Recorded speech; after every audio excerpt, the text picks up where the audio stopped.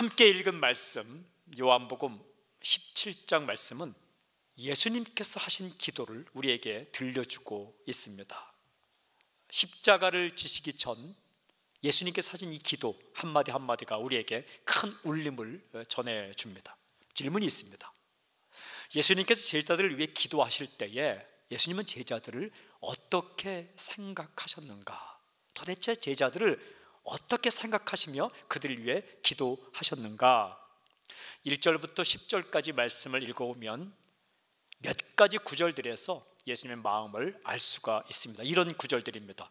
세상 중에서 내게 주신 사람들, 6절에 있죠. 이 사람들은 내 사람들입니다 라는 고백이죠. 그 다음은 그들은 아버지의 것이로소이다, 9절에 있죠. 이 사람들은 하나님의 사람들입니다, 이런 고백이고, 또 한 가지는 내가 그들로 말미암아 영광을 받았나이다, 10절에 기록되어 있죠. 이 사람들 때문에 내가 영광을 받았습니다. 이 사람들이 내 덕을 받은 것도 있지만 내가 이 사람 덕을 보았습니다. 이 사람은 내 사람입니다. 아버지의 사람입니다. 나의 영광을 나타내는 사람입니다 라는 고백이죠. 예수님은 제자들을 보잘것 없는 사람들이 아니라 소중한 사람들로 여기고 기도하고 계십니다. 여러분, 기도는 그 사람을 소중한 사람으로 생각하며 하는 겁니다.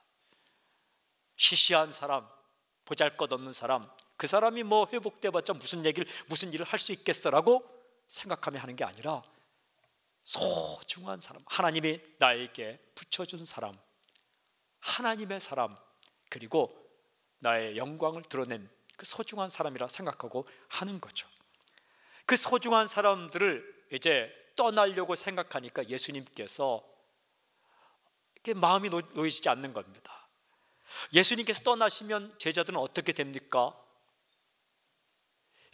예수님이 떠나신 이후에 제자들의 실존을 이렇게 말합니다. 11절에 나는 세상에 더 있지 아니하오나 그들은 세상에 있사옵고, 지금 당장 천국 가는 게 아니라는 것이죠.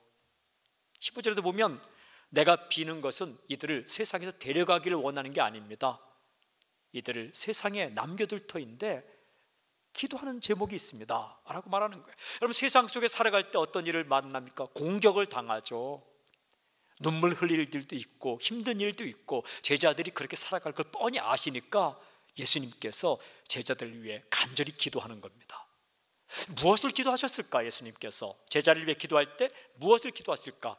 11절부터 마지막 26절까지는 예수님께서 하신 기도 내용이 잘 기록되어 있는데 모든 것에 공통되는 제목이 이것입니다. 결정적인 기도 11절에 이렇게 기록되어 있어요. 거룩하신 아버지여, 내게 주신 아버지의 이름으로 그들을 보전하사. 예수님이 이렇게 기도하는 겁니다.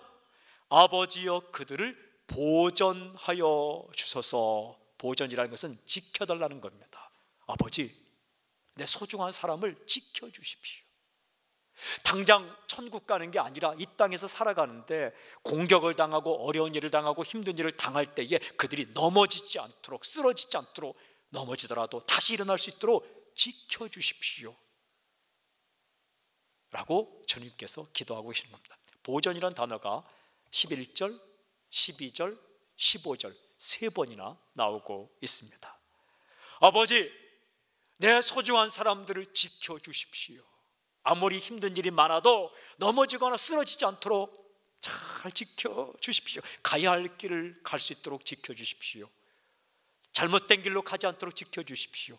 해야 할 말을 할 수 있도록 지켜주십시오. 그 마음을 지켜주십시오라고 예수님께서 기도하셨습니다. 저는 이 기도가 참 좋았습니다. 주님께서 기도하시다가 이 기도는 제자들만 위한 기도가 아니라 앞으로 예수님을 믿게 될 사람들을 위해서도 기도합니다 라고 주께서 기도하셨어요. 저를 위해서 기도하신 겁니다. 당신을 위해 기도하신 겁니다. 지켜주십시오. 지켜주십시오.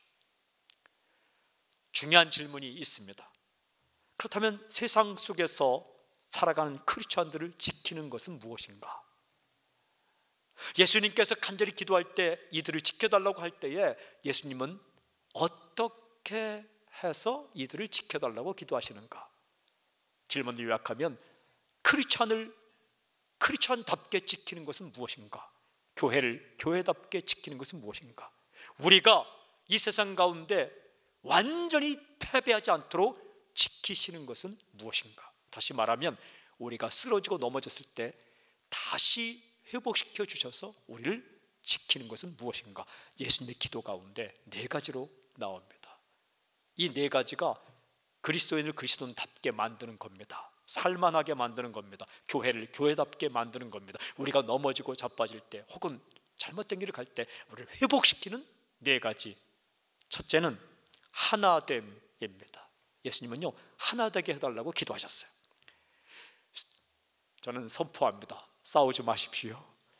예수님께서는 싸우지 않게 해달라고 기도한 겁니다. 분열되지 않게 해달라고 기도하셨습니다. 하나되게 해달라고 기도하셨어요. 11절 말씀 제가 읽겠습니다. 나는 세상에 더 있지 아니하오나 그들은 세상에 있사옵고 나는 아버지께로 가옵나니 거룩하신 아버지여 내게 주신 아버지의 이름으로 그들을 보존하사 우리와 같이 그들도 하나가 되게 하옵소서. 예수님 이렇게 기도하셨습니다. 우리와 같이 그들도 하나가 되게 하옵소서. 세상에요 가장 사이가 좋은 관계가 누군지 아십니까? 하나님 아버지와 아들 예수님과의 관계예요. 또 누구와의 관계인지 아십니까? 예수님과 성령님과의 관계예요. 꿈이 같아요. 생각이 같습니다. 그 하나님 아버지와 예수님과 성령님이 하나가 된 것처럼 저 제자들도 하나가 되게 해 주십시오라고 예수께서 기도하셨어요. 싸우지 않고 하나가 될 때 살만한 겁니다. 가족도 그렇고 교회도 그렇고 회사도 그렇고 친구도 그렇고 사람도 그런 겁니다.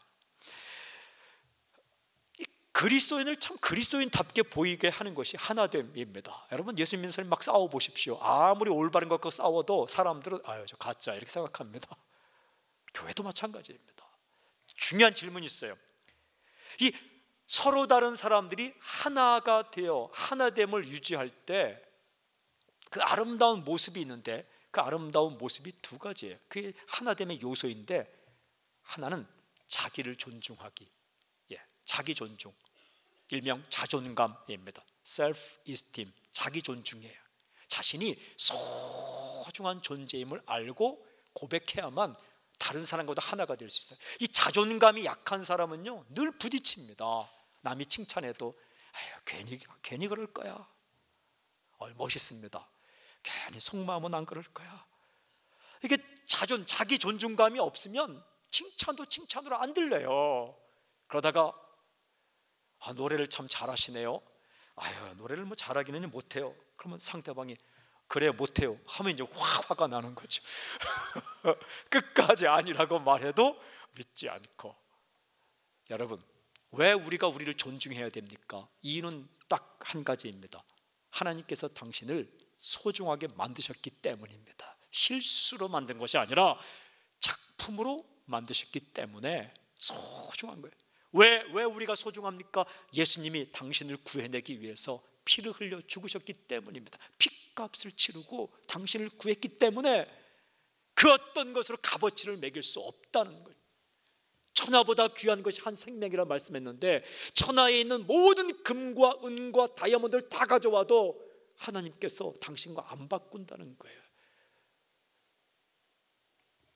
이 자신에 대해서 존중감을 가져야 다른 사람과의 하나됨이 이루어지는 거예요. 또 하나는요 다른 사람 존중하기. 여러분 나 귀한 줄 알면 다른 사람도 귀한 줄 알아야 된다는 거예요. 나 힘들면 남도 힘들고 내 생명이 소중하면 다른 사람의 생명도 소중하다는 것. 그래야 하나가 될 수 있다는 거죠. 왜 다른 사람 존중해야 됩니까? 예수님이 그 사람을 존중해요. 하나님이 그 사람도 소중히 여긴다고요. 우리가 그렇게 무시하고 깔볼 존재가 아니라고요. 하나님께서 그 사람을 소중히 여기기 때문에 우리도 그 사람을 소중히 여긴다는 거죠. 여러분 내가 내 자신을 존중하고 다른 사람을 존중할 때 이 하나됨이 이루어지는 거죠. 가정도 마찬가지고 교회도 마찬가지고 회사도 마찬가지고 사람 살아갈 때 마찬가지입니다. 그 예수님께서 기도한 거예요. 하나님 내 제자들이 참 서로 다르지만 하나가 되게 해주십시오. 제자들의 성격 독특한 건 예수님이 제일 잘 알고 계실 거예요. 저는 우리 교회 성도님들 보면 참 독특한 분들이 모이셨어요. 여러분은 모르시지만 평범하지는 않습니다. 저를 포함해서 다. 근데 세상에 평범한 사람이 어디 있습니까? 똑같은 사람이 어디 있습니까?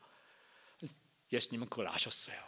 베드로, 야고보, 요한, 바돌로메 다 이 제자들이 다 직업이 다르고 성격이 다르고 성향이 다르고 가치관이 다른 걸 알고 있었어요. 그래서 예수님께서 떠나시면서 했던 첫 번째 기도는 주님, 하나님 저들을 지켜주십시오. 어떻게?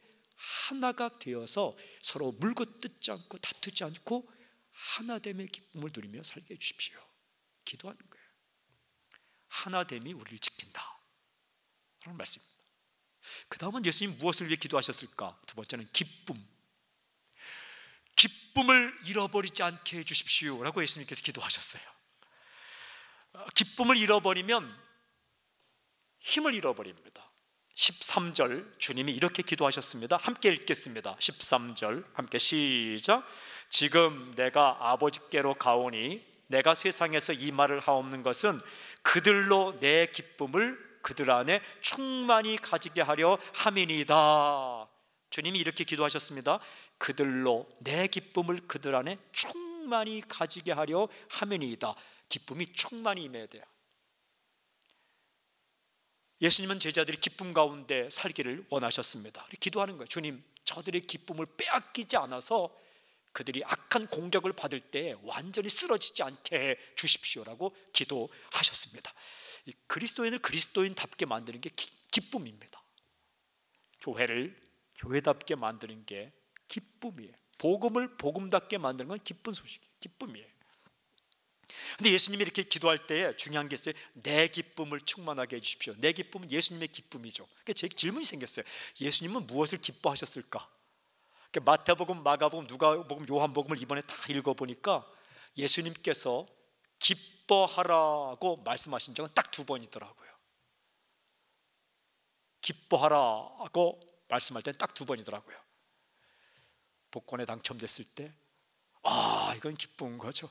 저 어릴 때 복권을 한 장 샀는데 6자리 가운데 밥을 먹으면서 요즘은 이렇게 돌리지만 그때는 이제 활을 쐈거든요. 기억하시는 분은 조금 연세가 되시면 활을 딱 쐈는데 놀라운 게 조를 쏘고 6자리를 쏘는 거예요. 딱 조를 쐈는데 제가 산 복권이에요. 초등학생 때인데 깜짝 놀랐어요. 이러다 말겠지. 두 번째 6자리 가운데 첫 자리를 쐈는데 맞은 거예요. 밥 숟가락을 놓았어요. 또 쐈는데 또 맞은 거예요. 이거 이상하다. 아버지 얼굴을 봤어요. 둘이 이거 이상하다. 세 번째 자리를 쐈는데 또 맞은 거예요. 네 번째 자리를 쐈는데 또 맞은 거예요. 그래서 아버지와 함께 식사를 탁 놓고 바로 옆에 그 건넌방도 아니죠. 방 한 칸짜리에 문만 열으면 이제 가게인데 그걸 탁 나가갖고 둘이 앉은 거예요. 5자리를 딱 쐈는데 안 맞은 거예요.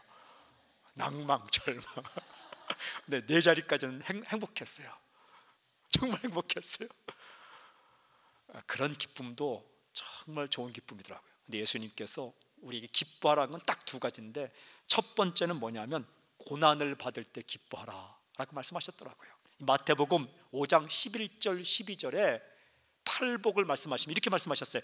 나로 말미암아 너희를 욕하고 박해하고 거짓으로 너희를 거슬러 모든 악한 말을 할 때에는 너희에게 복이 있나니 기뻐하고 즐거워하라. 하늘에서 너희의 상이 큼이라. 너희 전에 있던 선지자들도 이같이 박해하였느니라. 예수님을 안 믿다가 예수님 믿게 되면은 고민이 생길 때가 있는데 여러 가지 일들 이거는 해서는 안 된다라고 생각해서 결단하고 난 이거 못합니다 라고 말하면 사람들이 욕을 하죠. 심한 욕은 하지 않더라도 네가 언제부터 교회 다녔다고 그러냐, 뭐 그렇게 한다고 좋은 일이 있겠느냐라고 비난을 하죠. 예수님은 그럴 때 기뻐하라는 거예요. 왜냐하면 하늘의 상이 크기 때문이다. 여러분, 우리가 이 땅 가운데 칭찬 다 받고 살면 하늘에서 받을 상이 없어요. 근데 예수님을 믿으면서 조금 더 제대로 살려고 하다가 욕을 얻으면, 핀잔을 들으면 그만큼 하늘의 상이 쌓이는데 그럴 때마다 기뻐하라. 예수님을 따라가기 위해서 제대로 정직하게 살기 위해서 하다가 비난을 받고 욕을 먹으면 하늘에 상이 쌓이는 것을 바라보며 기뻐하라 라고 말씀하셨어요. 여러분, 힘든 일 당하고 계신 분 계십니까? 어려운 일 당하는 분 계십니까? 힘을 내십시오. 용기를 내십시오. 그 일을 잘 견디면 견딜수록 하늘에 상이 쌓이는 거예요. 근데 또 한 분은 어떻게 말씀하시냐면 누가복음 10장 20절에 너희 이름이 하늘에 기록된 것으로 기뻐하라 라고 말씀하셨어요. 너희의 이름이 하늘에 기록된 것으로 기뻐하라. 하늘에 생명책이 있습니다. 생명책에는 이름만 기록되어 있어요. 어떤 사람의 이름? 천국에 갈 사람들의 이름이 기록되어 있습니다. 예수님 믿는 사람들의 이름이 기록되어 있어요. 너희가 그 하늘에 있는 생명책에 너희 이름이 기록된 것을 기뻐하라.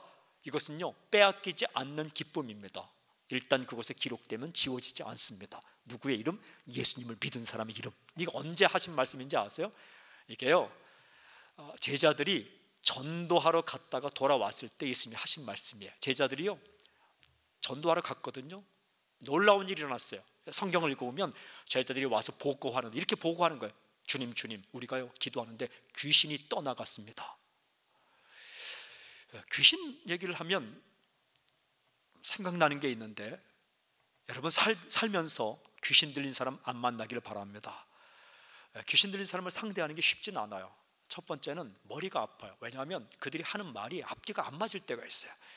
제가 한번 버스를 탔는데 뭔가 굉장히 완벽한 한국 발음으로 이야기하는데 앞뒤가 안 맞는 거예요.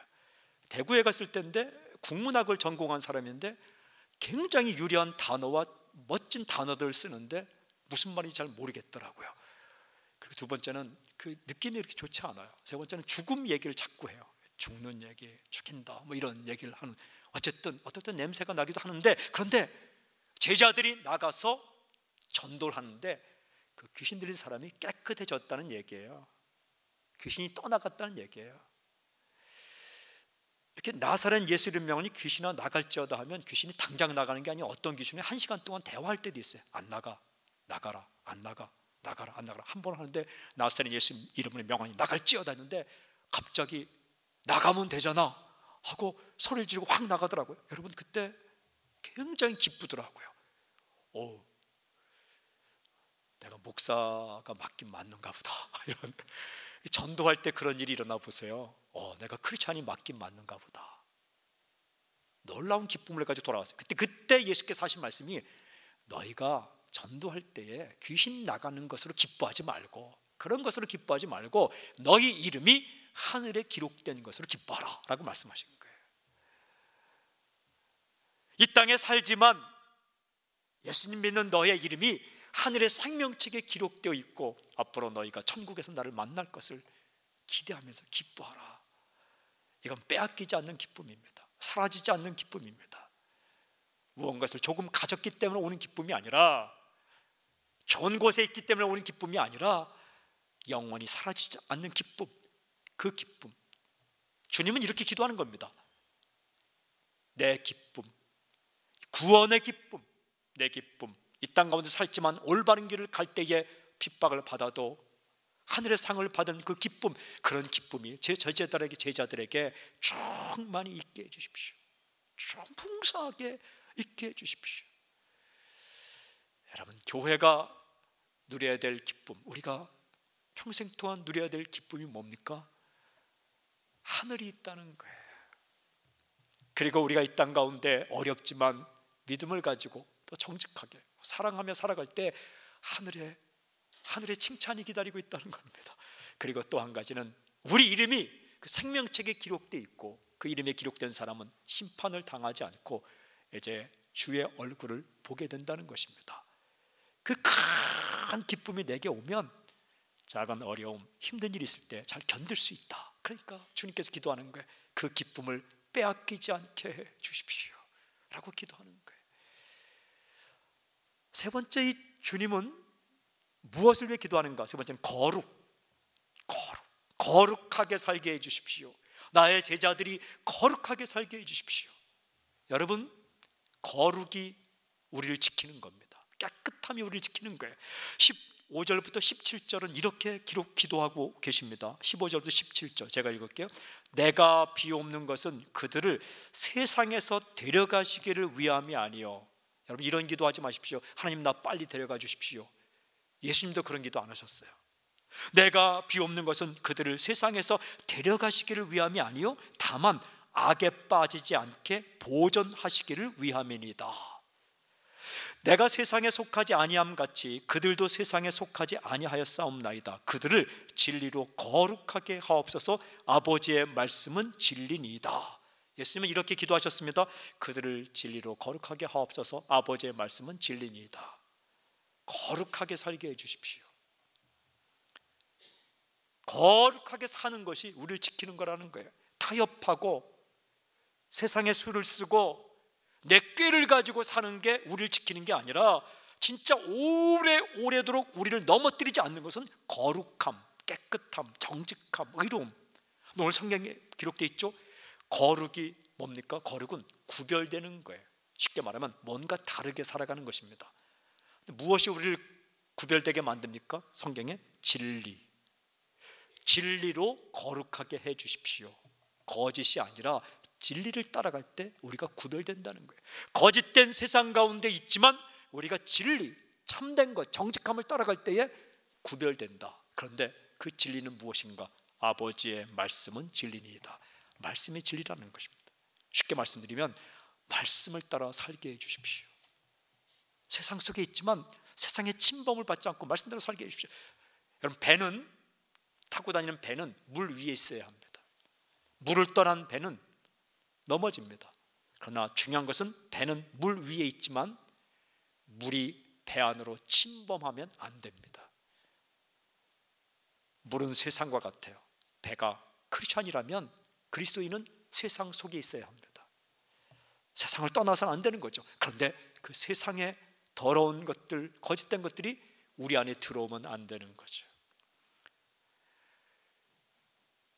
저들을 이 땅에서 데려가기를 원해서 기도하는 게 아니라 이 땅에 하나님이 허락한 동안 남아서 살아야 되는데 살아가는 동안 진리를 따라, 말씀을 따라 살게 해주십시오 라고 주님께서 기도하셨습니다. 여러분, 우리가 말씀을 따라 살면은 넘어질 것 같죠? 고생할 것 같죠? 그게 아니라는 거예요. 그게 우리를 지킨다는 것입니다. 어떤 사람이 이렇게 말합니다. 목사님, 제가 한 번, 두 번 말씀을 따라 살기로 결정했는데 고생만 바가지로 했습니다. 제가 이렇게 말하고 싶습니다. 한 번, 두 번 했기 때문입니다. 10번, 100번, 1000번, 10,000번 드디어 하나님께서 역사하실 때까지 포기하지 말고 도전해 보십시오. 반드시 살아계신 하나님께서 하나님의 하나님 되심을 나타내시면서 당신의 인생 가운데 말씀이 살아있고 진리가 살아있다는 것을 증명하실 것입니다. 며칠 전에 제가 고려대학교를 갔다 왔습니다. 그 가운데 아주 훌륭한 교수님을 한 분 만났습니다. 몇 분의 교수님들이 계신데 다 훌륭하셨어요. 근데 그 중에 한 분이 그 말씀에 근거해서 말씀을 따라 살아가는 선생님을, 교수님을 제가 만나게 되었는데 존경스럽더라고요. 제가 그분이 다니는 교회를 존중하게 되었습니다. 학생들을 사랑하면서 몇 분, 한 7, 8분이 모이셔서 학생들을 어떻게 우리가 살려줄 것인가 또 함께 나가는 7, 8분의 교수님을 만나는데 참 존중스럽더라고요. 강연도 만들고 영화도 보여주고 채플도 만들고 고려대학교에서, 미션스쿨 아닙니다. 고려대학교에서 일주일에 한 번씩 채플 예배를 드리면서, 지난주에는 종강하며 종강 예배를 드리면서 그렇게 하고 있더라고요. 성경에 주신 이 말씀이 옳다는 것을 증명하고 그대로 살기 위해서 그날도 한 50명, 60명, 70명의 학생들과 선생님들이 모여서 예배를 드리더라고요. 그 저녁 시간에.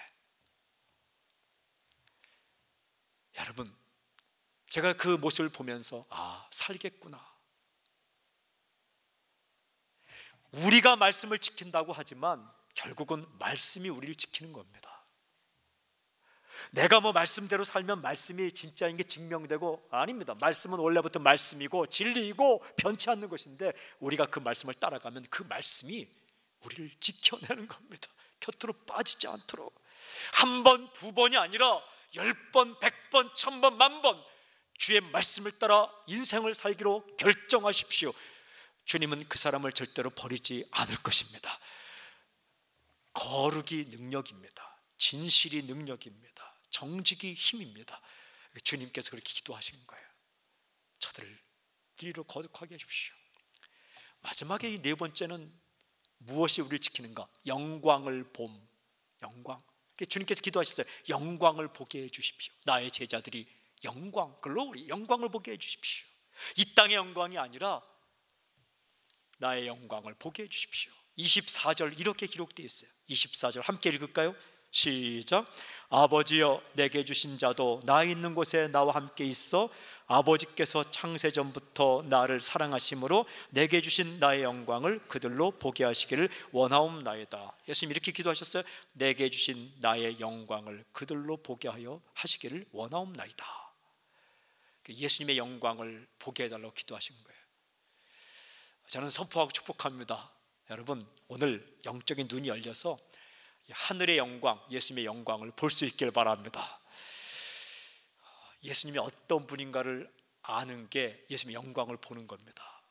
성경을 읽어보고 역사를 연구해보면 진짜 위대한 인생을 살았던 사람들은 다 예수님의 영광을 본 사람들이에요. 베드로는 어부였습니다. 근데 그가 한 설교를 보면 진짜 영광을 본 사람이에요. 사도행전 4장 12절에 그는 이렇게 고백합니다. 성령 충만해서 다른 이로서는 구원을 얻을 수 없나니 천하 사람 중에 구원을 얻을 만한 다른 이름을 주신 일이 없음이니라. 모든 사람 가운데 구원의 이름은 예수님밖에 없다. 예수님은 구원자이시다 하는 예수님의 본질을 본 거예요. 영광을 본 거예요. 사도 바울도 그렇게 고백해요. 로마서 10장 23절에 주의 이름을 부른 자는 구원을 얻으리라. 그리고 이렇게 고백해요. 골로새서 2장 3절에 그 안에는, 예수님 안에는 지혜와 지식의 모든 보화가 감추어져 있느니라. 사도 바울은 예수님을 보았어요. 그 안에 지혜와 지식의 모든 보물이 있는 거예요. 그리고 그의 이름을 부르기만 하면 모든 죄가 용서받고 구원받고, 그의 이름을 부르면 힘을 얻게 되는, 사람을 살리는 그 생명의 능력이 예수님 안에 있다는 것을 보았어요. 그래서 그들은 인생을 건 거예요. 여러분, 보이는 게 다가 아닙니다. 보이는 영광이 다가 아니에요.